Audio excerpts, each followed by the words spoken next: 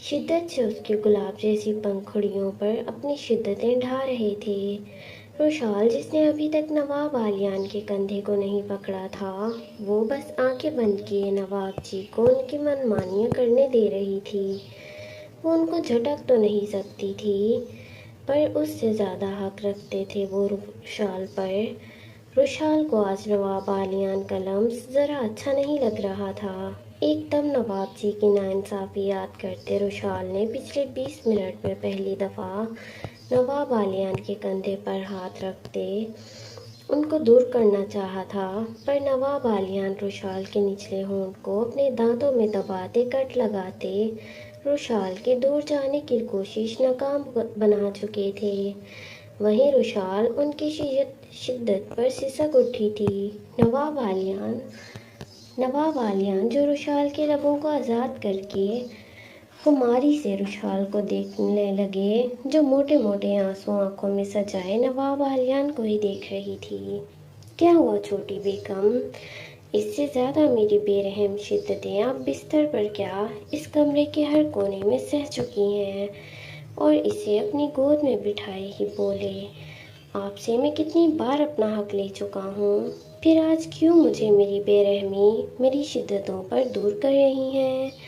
نواب بالیان بوجھل لہجے میں بولتے روشال کی نم آنکھوں میں اپنی آنکھیں گاڑ گئے تھے، اور ساتھ ساتھ ایک ہاتھ پورے حق سے کمر پر روشال کی نازکی پر سرایت کر رہا تھا۔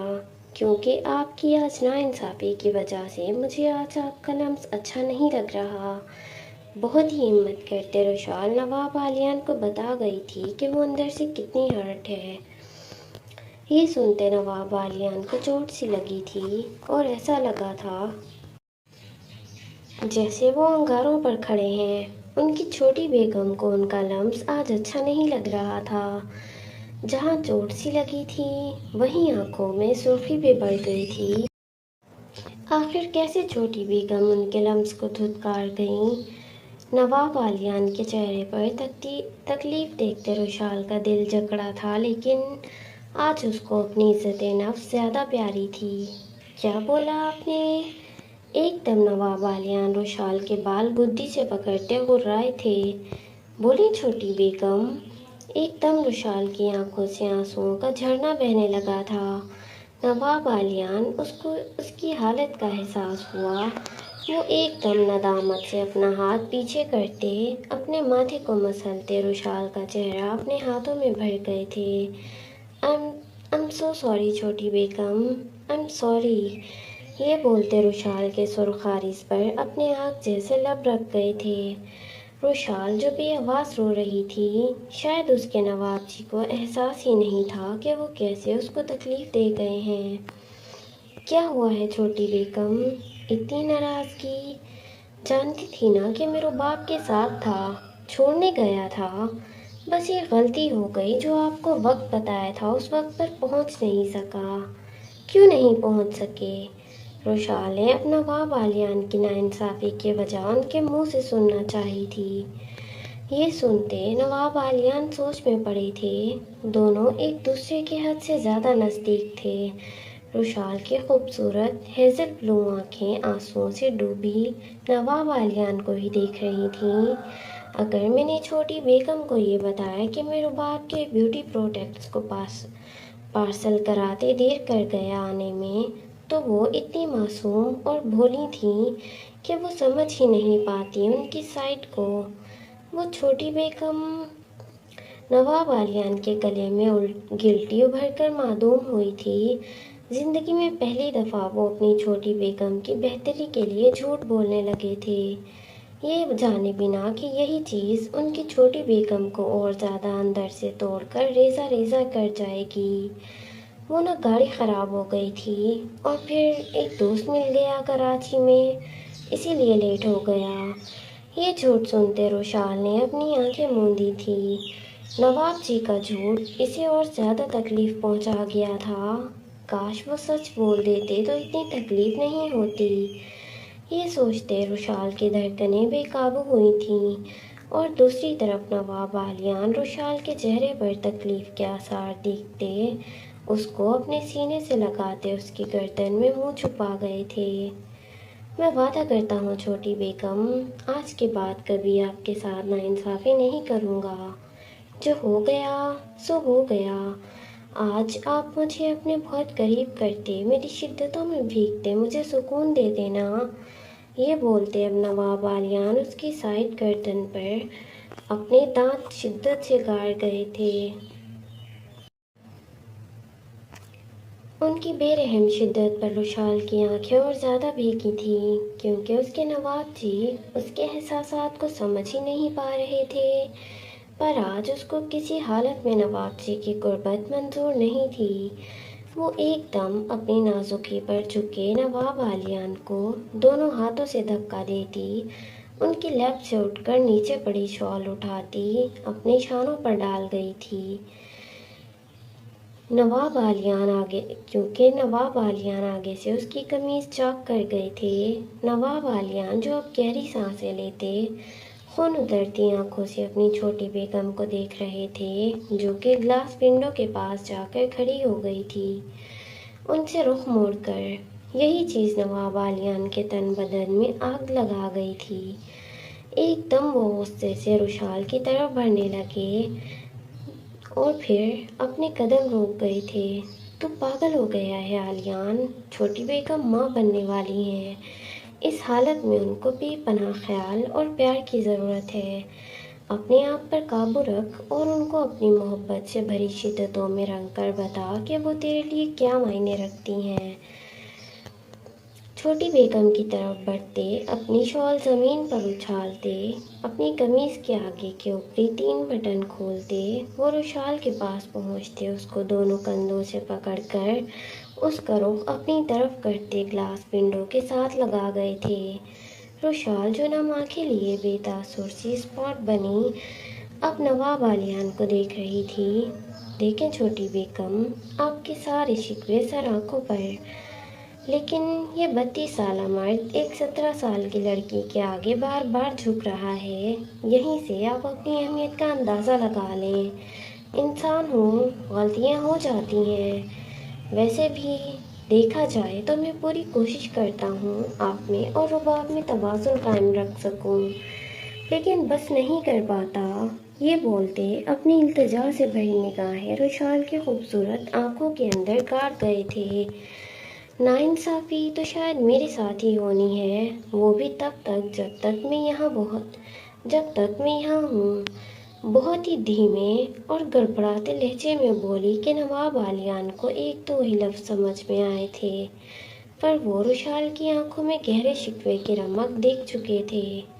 ایک دم رشال ان کو بہت ہی گہرائی سے دیکھتی ڈریسنگ روم کی طرف بڑھنے لگی چینج کرنے کے لیے، کیونکہ نواب بالیان اس کی قمیض جو بیچ سے آدھی کر چکے تھے۔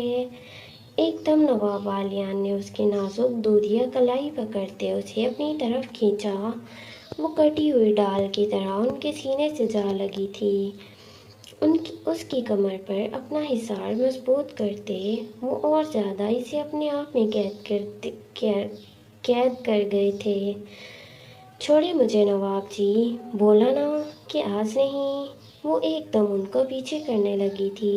نواب بالیان پھر اس کو اپنے چوڑے سینے سے لگاتے گنگنا رہے تھے۔ کیسے بتائیں، کیسے جتائیں، صبح تک تجھ میں جینا چاہیں، بھیگے لبوں کی گیلی ہنسی کو پینے کا موسم ہے، پینا چاہیں۔ ایک بات کہوں، کیا اجازت ہے؟ تیرے عشق کی مجھ کو عادت ہے۔ گانا آپ لوگ خود ہی سن لیجئے گا، مجھے گانا نہیں آتا۔ نواب بالیان نے گھمگیر آواز میں کہتے رشال کی بھیگی آنکھوں کو بے حد نرمی سے چوما۔ رشال نواب بالیان کا گانا سنتے بے یقینی سے ان کو دیکھ رہی تھی۔ کچھ سمجھ نہیں آ رہا تھا۔ نواب بالیان جو پورے رشال پر جھکے اب اس کی آنکھوں کو نرمی سے چومتے اس کے عارض کو اپنے لبوں سے چھوتے گیلا کر رہے تھے۔ وہ نواب بالیان کی تپش زدہ سانسیں اپنے نازک چہرے کو جھلسا رہی تھیں۔ نواب بالیان کے لب اس کے عارض سے ہوتے اس کے لبوں سے ٹکرائے تھے، اس سے پہلے کہ وہ اس کے لبوں کو چھوتے، روشال پوری شدت سے انہیں خود سے دور دھکیل چکی تھی۔ وہ جو پوری خماری سے اس پر جھکے تھے، روشال کے دور دھکیلنے پر نواب عالیان پیچھے کو بری طرح لڑکھڑائے تھے، پھر بھی ان کی آنکھوں میں اس وقت بس روشال کا نشہ اور خماری چھائی ہوئی تھی۔ نواب عالیان نے روشال کو سرخ مخمور نشیلی آنکھوں سے دیکھا، جو گہرے سانس لیتے انہیں ہی گھور رہی تھی۔ آج روشال میں کہاں سے ہمت آئی ہوئی تھی وہ نہیں جانتی تھی، یا ایک عورت، ایک لڑکی ماں بننے کے بعد وہ بہت زیادہ مضبوط ہو جاتی ہے۔ آج اس کو اتنی آسانی سے نواب عالیان کی قربت منظور نہیں تھی۔ اپنی چھوٹی بیگم کے اس جنگلی بلی والے انداز پر ان کے لبوں کو گہری مسکراہٹ نے چھوا تھا۔ اس کے پیارے نخرے ان کو پتہ نہیں کیوں پسند آ رہے تھے۔ مرد کی فطرت ہے کہ جب جب عورت اس کو اپنا آپ سونپتی چلی جاتی ہے، وہ اس کو آسان لینے لگ جاتا ہے، لیکن جب جب وہ اس کو جھٹکتی ہے، خود سے دور کرتی ہے، نخرے دکھاتی ہے، مرد اتنا ہی اس کے پیچھے پاگل اور اس کا اسیر ہوتا چلا جاتا ہے۔